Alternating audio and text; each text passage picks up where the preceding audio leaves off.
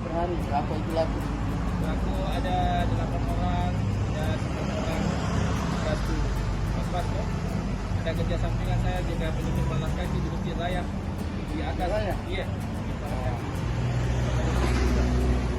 Rapsen Ali. Kedua DPRD Provinsi Cicu. Yang ketiga DPRD Kota itu Rudianto Ralo. Nasdem ketiga. Ya. Jadi saya beli ini masker Pak. Hah? Ya. Cukup nih dulu ini, saya beli. Mau saya beli lagi? Dari kita juga. Hah? Dari kita juga. Kan penjualan tuh 100.000 satu hari toh? Iya. Begitu beli ini. Cocok, cocok. Hah? Hah? Hah? Udah, ambil ini lagi nih, baru kau jual. Hah? Lima. Dikasih modal lah.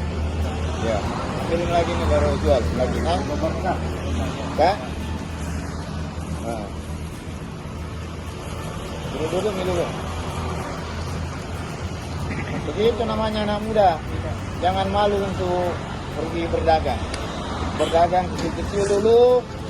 Nanti pintar, banyak teman, daging besar-besar. Baru ada uang, kuliah, belajar sama orang lain, sudah jadi orang sukses juga. Jangan malu, walaupun hanya dagang begini. Oke? Hah? Iya.